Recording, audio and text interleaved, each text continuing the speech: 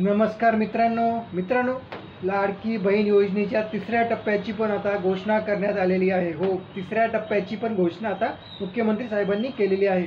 मित्रांनो, पहिला टप्पा झाला, दुसरा टप्पा झाला, आता तिसरा टप्पा सुद्धा येणार आहे।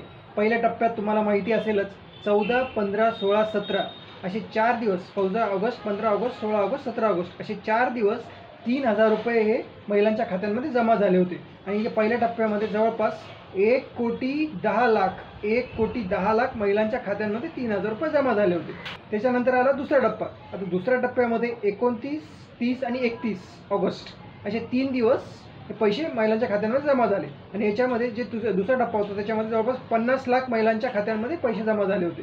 म्हणजे असे पहिला आणि दुसरा टप्पा मिळून 1,60,00,000 महिलांच्या खात्यांमध्ये पैसे जमा झाले, 1,60,00,000।